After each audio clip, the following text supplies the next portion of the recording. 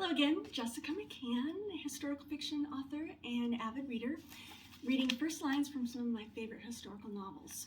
Today it's News of the World by Paulette Jiles.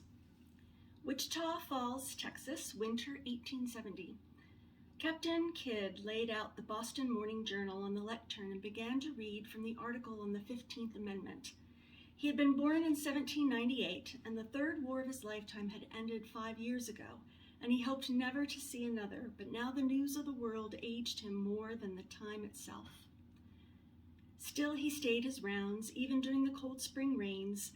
He had been at one time a printer, but the war had taken his press and everything else.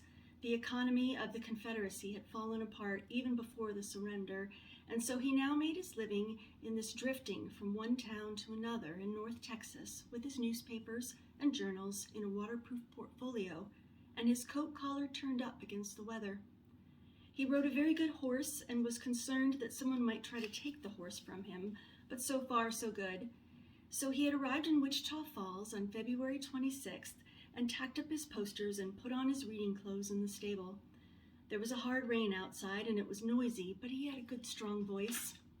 He shook out the journal's pages. The 15th Amendment, he read, which has just been ratified on February 3rd, 1870, allows the vote to all men qualified to vote without regard to race or color or previous condition of servitude. He looked up from the text. His reading glasses caught the light. He bent slightly forward over the lectern. "That means color, gentlemen," he said. "Let us have no vaporings or girlish shrieks."